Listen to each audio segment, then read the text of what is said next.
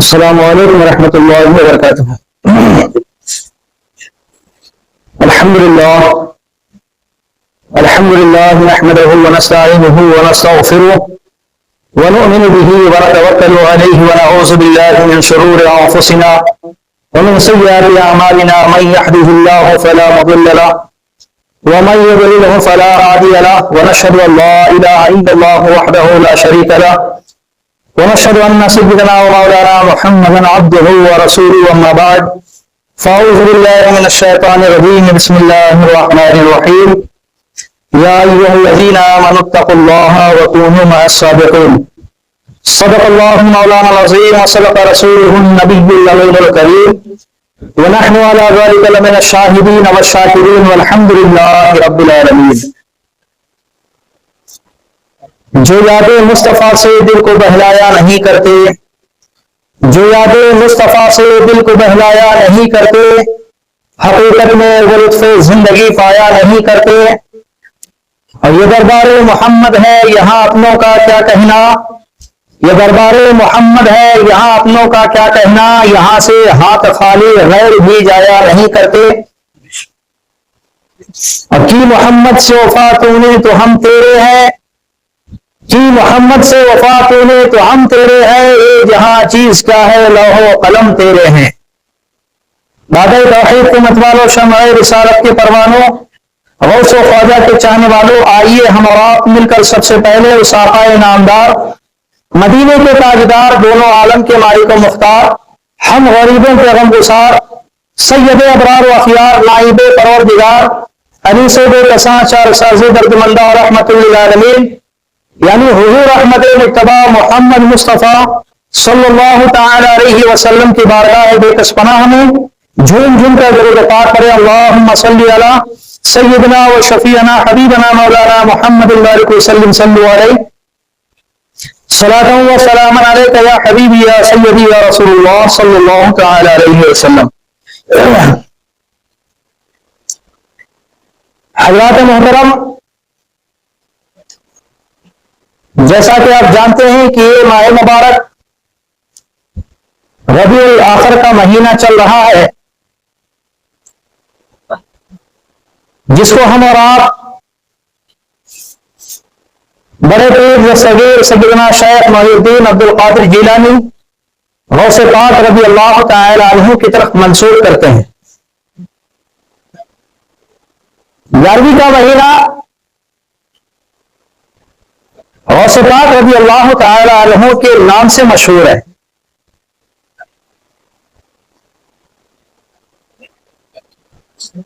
آج سے تیسرا جمعہ میں نے غوث پاک رضی اللہ تعالی عنہ کے تعلق سے چند باتیں آپ حضرات کے سامنے رکھی تھی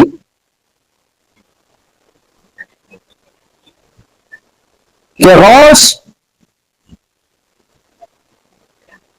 جب ماں باپ پرہیزگار اور متقی ہو، شریعت مطہرہ کے مطابق اپنی زندگی گزارنے والا ہو، تب جا کر کے ایسے کوک سے، ایسے پیٹ سے، ایسے شکم سے غوث اور قطب و ابدال پیدا ہوتے ہیں۔ خطبہ مسنونہ کے بعد میں نے اس آیت مبارکہ کو آپ حضرات کے سامنے تلاوت کرنے کا شرف حاصل کیا ہے۔ اللہ رب العزت قرآن مجید میں ارشاد فرمایا، یا ایھا الذین آمنوا، اے ایمان والو، اتقوا اللہ، اللہ سے ڈرو، وکونوا مع الصادقین، اور سچے لوگوں کے ساتھ ہو جاؤ۔ اے ایمان والو، اللہ سے ڈرو اور سچے لوگوں کے ساتھ ہو جاؤ۔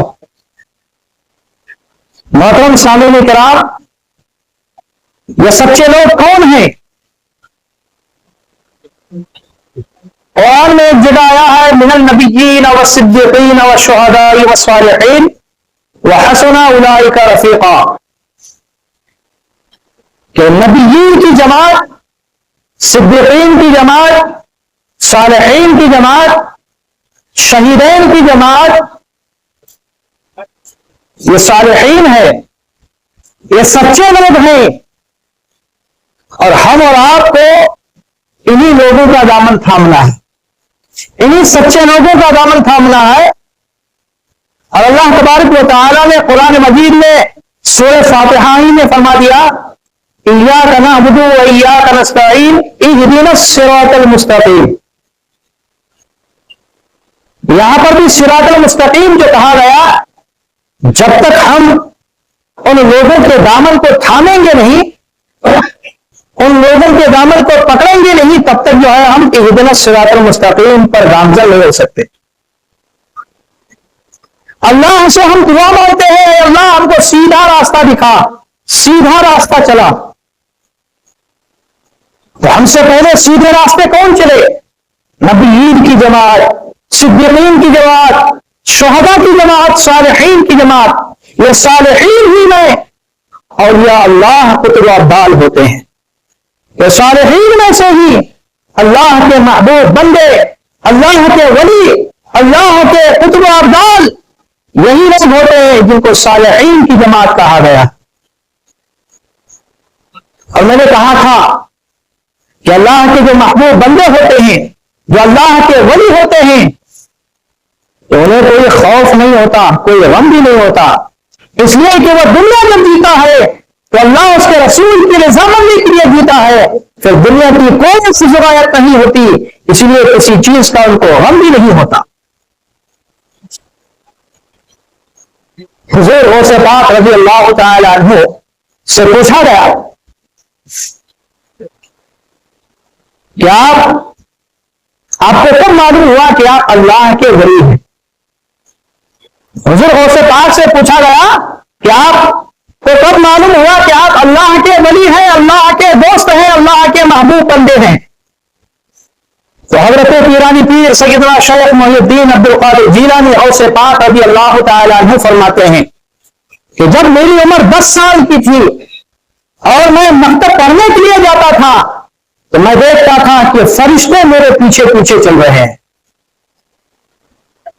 یہ کوئی اور نہیں کر رہا ہے بلکہ خود غوث پاک رضی اللہ تعالی عنہ خود فرماتے ہیں کہ جب میں مکتب پڑھنے کے لیے جاتا تو فرشتے میرے پیچھے پیچھے چلتے اور مکتب جا کر کے فرشتے کی زبان سے نکلتا تھا افسحوا لولی اللہ، اللہ کے ولی کے لیے جگہ کو کشادہ کر دو، اللہ کے ولی کے لیے جگہ دے دو. اور یہ آواز صرف میں نہیں سنتا تھا بلکہ مکتب کے تمام بچے اس آواز کو سنتے تھے.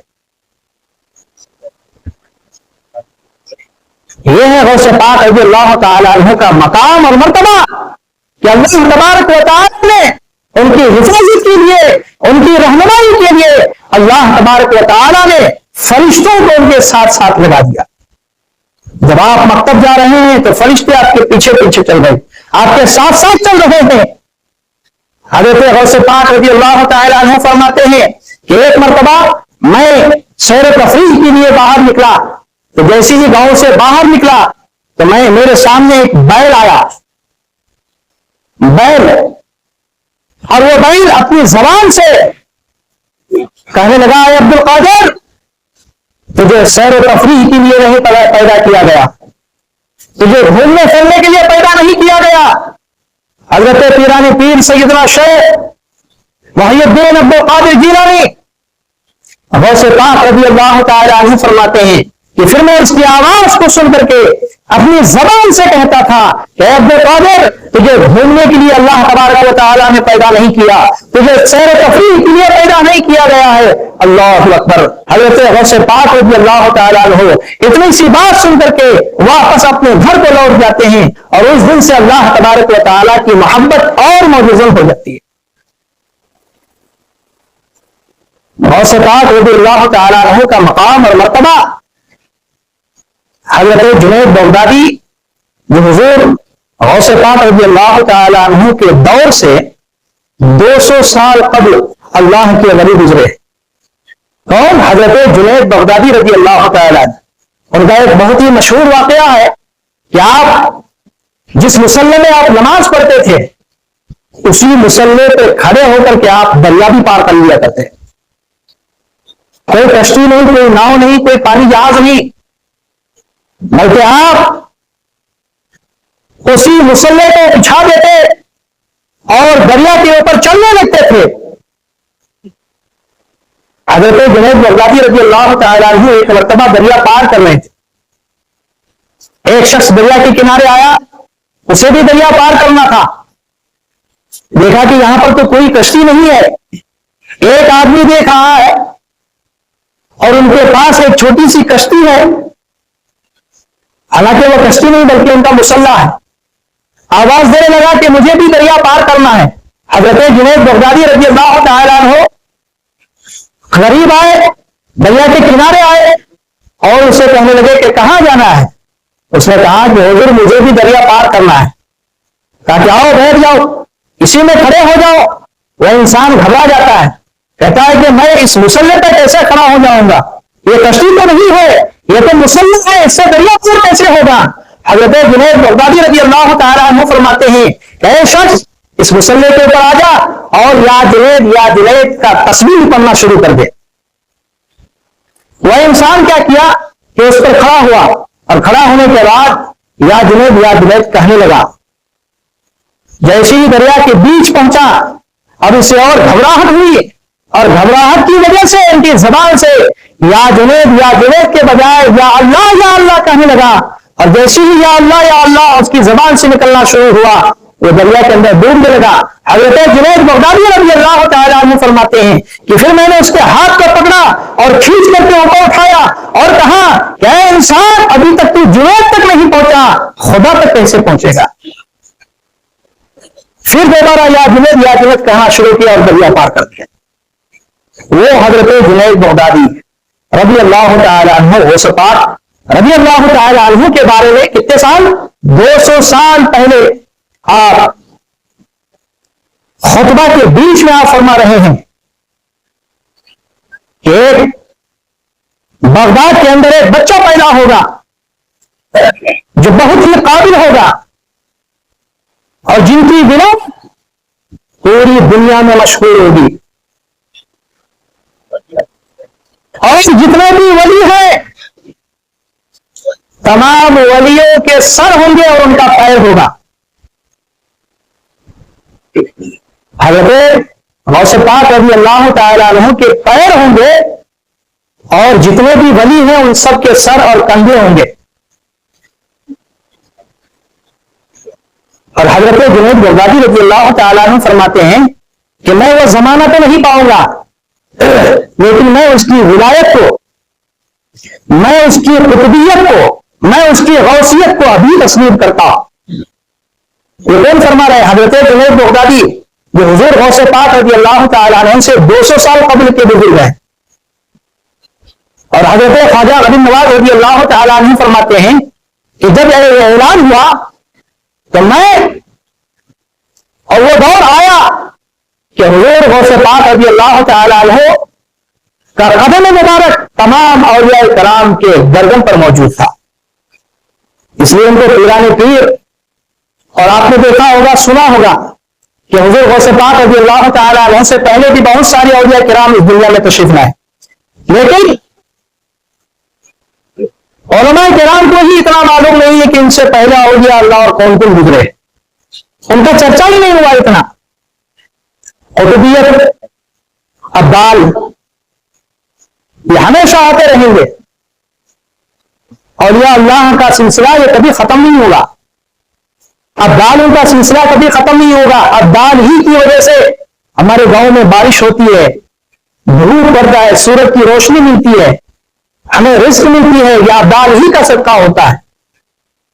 کتابوں میں آتا ہے کہ 40 ابدال ہمیشہ موجود رہتے ہیں, اور جیسے ہی ایک کا انتقال ہو جاتا ہے تو اس کو دفنانے سے پہلے اللہ تبارک و تعالی کسی اور کو ابدال بنا کر کے بھیج دیتا ہے. ہمیشہ 40 کی تعداد موجود رہتی ہے. حضور غوث پاک رضی اللہ تعالی عنہ کا ایک واقعہ ہے کہ آپ جو کپڑا پہنتے تھے وہ بہت چمک دمک والا ہوتا تھا, کیونکہ آپ بہت بڑے تاجر بھی تھے. ایک چور آپ کا پیچھا کر لیتا ہے آپ کا جبہ چوری کرنے کے لیے. حضور غوث پاک رضی اللہ تعالیٰ عنہ کا جبہ چوری کرنے کے لیے وہ آپ کے پیچھے پیچھے ہو لیتا ہے. غوث پاک رضی اللہ تعالیٰ عنہ جو اپنے حجرے میں داخل ہوتے ہیں وہ بھی پیچھے پیچھے سے داخل ہو جاتا ہے اور ایک کونے میں چھپ جاتا ہے.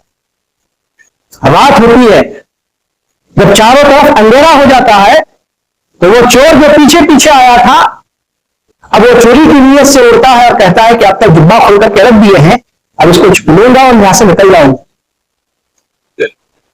لیکن غوث پاک رضی اللہ تعالیٰ عنہ کی کرامت دیکھیے کہ وہ چور اڑتا تو ٹھیک ہے لیکن اب اسے کچھ ملتا نہیں ہے. جدھر بھی ہاتھ مار رہا ہے چاروں طرف دیوار ہی دیوار ہاتھ لگ رہی ہے. اب ایسا لگ رہا ہے کہ چار دیواری کے اندر وہ صرف اور صرف اکیلا بچ گیا ہے. اسی درمیان ایک ابدال کا انتقال ہو جاتا ہے.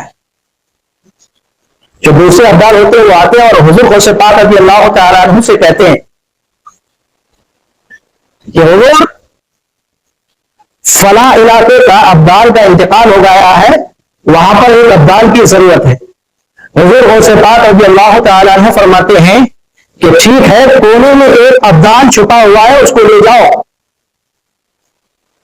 حضور غوث پاک رضی اللہ تعالیٰ عنہ ابھی تک معلوم ہوتا تھا کہ حضور غوث پاک رضی اللہ تعالیٰ عنہ کے پیچھے پیچھے جو چور آ رہا ہے غوث کو کچھ معلوم نہیں، لیکن جیسے ہی آپ نے فرمایا کہ کونے میں ایک چور چھپا ہوا ہے اسی کو اس جگہ کا ابدال قرار دے دیا جائے.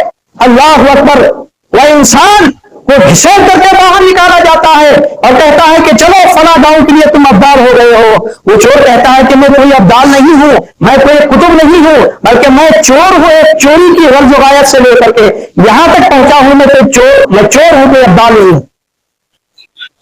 لیکن فرماتے ہیں کہ تو ابھی تک چور تھا، اب غوث نے تجھے ابدال قرار دے دیا ہے، اب تو چور نہیں ابدال ہے. تو میرے بزرگ دوستوں، جو ابدال ہوتا ہے نا انہی کی وجہ سے گاؤں میں بارش ہوتی ہے، یہ موسم بہار آتا ہے، ہریالی ہوتی ہے، کھیتیاں ہرے بھرے ہوتے ہیں، ہم کو جو رزق ملتا ہے انہی کی وجہ سے ملتا ہے. یہ 40 ابدال کبھی بھی 39 نہیں ہوتا، ہمیشہ 40 ہی رہتے ہیں. تو حضور غوث پاک رضی اللہ تعالیٰ عنہ تمام قطب کے قطب ہیں، تمام ابدال کے سردار ہیں، تمام ولیوں کے سردار ہیں، اس لیے ان کو پیران پیر کہا جاتا ہے. غوثیت پر اتنے فائز ہے کہ اللہ کے رسول صلی اللہ تعالی علیہ وسلم فرماتے ہیں کہ خواب میں دیکھا گیا کہ غوث کا ادھر انتقال ہوا، حضور علیہ الصلوۃ والسلام ادھر انتظار فرما رہے کہ میرا بیٹا آ رہا ہے. اللہ اکبر. یہ ہے غوث کا مرتبہ. حضور غوث پاک رضی اللہ تعالی عنہ، اور ہم ان سے سچی محبت اگر کرتے ہیں، ان سے اگر ہم وفاداری نبھانا چاہتے ہیں تو پھر ہم کو کبھی نماز نہیں چھوڑنی چاہیے، ہم کو کبھی جھوٹ نہیں بولنی چاہیے. حضور غوث پاک رضی اللہ تعالیٰ عنہ جب کچھ بڑے ہو گئے تو اپنی امی جان سے کہتے ہیں امی جان مجھے پڑھنے جانا ہے، جیلان سے باہر مجھے پڑھنے جانا ہے. تو ان کی امی وہ تو عام عورت تو نہیں تھی، وہ بھی ولی کامل کی بیٹی اور خود ولیہ ہے، جو کبھی غیر محرم کی طرف نہیں دیکھی، جو کبھی غیر محرم کی آواز کو نہیں سنی، جو کبھی غیر چیز کو جو شریعت مطہرہ کے خلاف ہو، اللہ اس کے رسول کی خوشنودی کے خلاف ہو، اس چیز کو کبھی ہاتھ نہیں لگائی. وہ عورت ام الخیر حضرت فاطمہ ثانی رضی اللہ تعالی عنہا حضور غوث پاک اپنی ماں سے پوچھتے ہیں امی جان مجھے پڑھنے جانا ہے. مراقبہ کرتی ہے، آنکھ بند کرتی ہے اور دیکھتی ہے کہ میرے بیٹے کا فیوچر کیا ہے. ام الخیر حضرت فاطمہ ثانی فرماتی ہے کہ بیٹا عبد القادر، میں نے دیکھا ہے کہ تمہاری کامیابی بغداد ہی میں موقف ہے، بغداد ہی میں تمہاری کامیابی ہے، ٹھیک ہے تم یہاں سے چلے جاؤ. اور وہ اس لیے اجازت دیتی ہے کہ وہ کامیاب ہو جائے، بلکہ نہیں، اجازت اس لیے دیتی ہے کہ قرآن و حدیث کی تعلیم وہاں پر ملے گی، قرآن و حدیث کی تعلیم وہاں پر ملے گی. یہ جدائی کا جو موسم ہے، یہ جدائی کی جو بات ہے وہ صرف کامیابی کے لیے نہیں ہوتی، بلکہ میرا بیٹا علم حاصل کرنے کے لیے جا رہا ہے. وہ بھی کون سا علم؟ دنیا میں علم نہیں، علم دین. جو علم نبی پاک صلی اللہ تعالی علیہ وسلم کی وراثت ہے، وہ علم جس سے نبی پاک صلی اللہ تعالی علیہ وسلم کی شریعت کو سمجھا جا سکتا ہے، وہ علم جس سے دنیا اور دنیا کے مافیا کو سمجھا جا سکتا ہے، اس علم کے لیے حضرت ام الخیر فاطمہ ثانی رضی اللہ تعالی عنہا جو ہے وہ اجازت دیتی ہے اور اسے ایک سبق دیتی ہے، ایک نصیحت دیتی ہے کہ بیٹا جاتے صحیح ہو، لیکن ایک چیز ہے، تمہارے باپ کا حصہ میرے پاس موجود ہے جو 80 دینار ہے، 40 تمہارے بھائی کے، یہ 40 دینار اپنا لے لو۔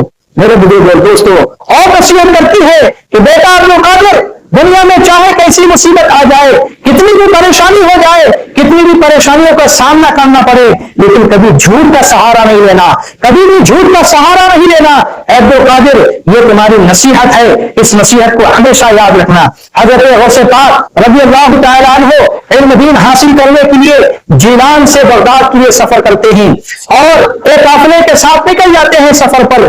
ایک جگہ ہے حمدان، جب حمدان سے آگے پہنچتے ہیں تو ڈاکوؤں کا حملہ ہو جاتا ہے، چاروں طرف ڈاکو بھیڑ لیتے ہیں اور سب کا جو ہے لوٹنے اور چھیننے شروع کر دیتے ہیں۔ حضرت غوث پاک رضی اللہ تعالی عنہ ایک طرف کھڑے ہو کر تمام ماجرا اپنی آنکھوں سے دیکھ رہے ہیں۔ ایک ڈاکو ان کے پاس آتا ہے اور کہتا ہے کہ بیٹا تمہاری عمر تو بہت چھوٹی ہے، بتاؤ تمہارے پاس بھی کچھ ہے کیا؟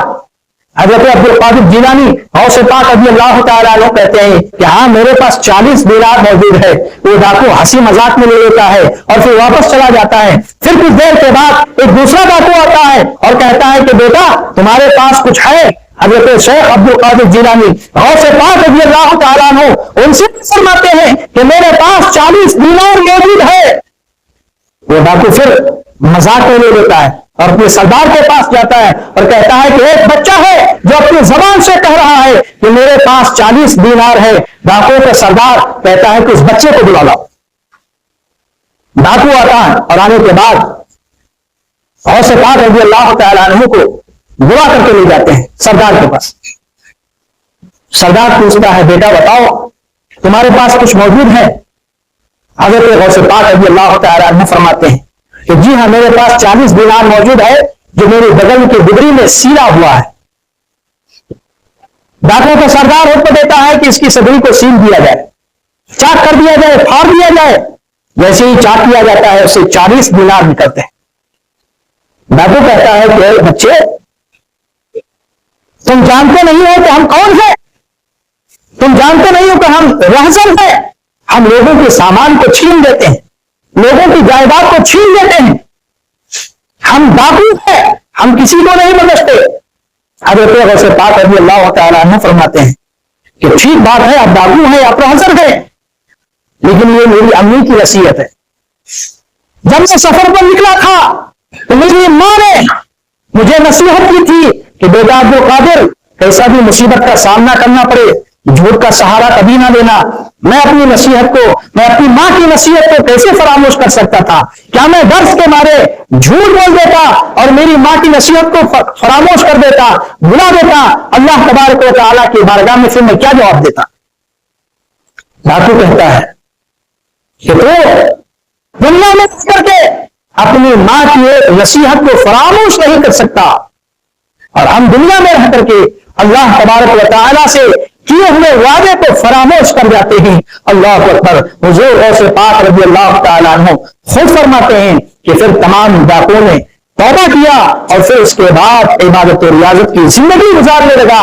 تمام کے تمام کتب و افکار بھی مشہور ہو گئے، وہ بھی اولیاء کاملین ہو گئے۔ حضور غوث پاک فرماتے ہیں کہ میرے دست مبارک پر یعنی میرے ہاتھ میں سب سے پہلے توبہ کرنے والے یہ 40 ڈاکو تھے۔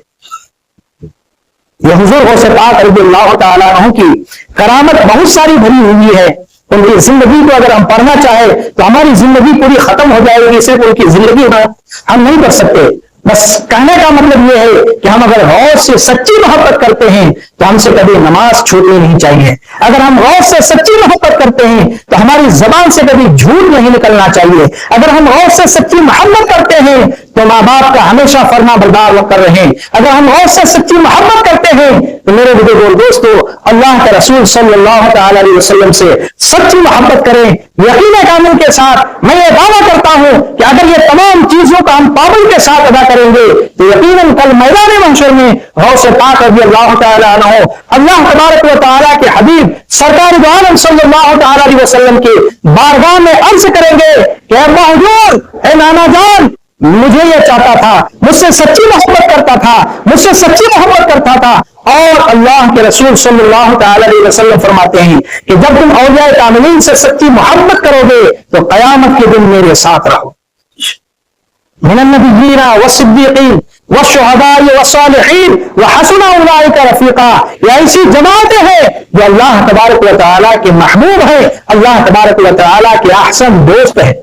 اللہ تعالیٰ سے دعا ہے کہ اللہ تعالیٰ ہم اور آپ کو کہنے سننے سے زیادہ اس پر عمل کرنے اور غوث پاک رضی اللہ تعالیٰ عنہ سے سچی پکی محبت کرنے کی توفیق عطا فرمائے. وآخر دعوانا ان الحمد للہ رب العالمین. السلام علیکم ورحمۃ اللہ وبرکاتہ.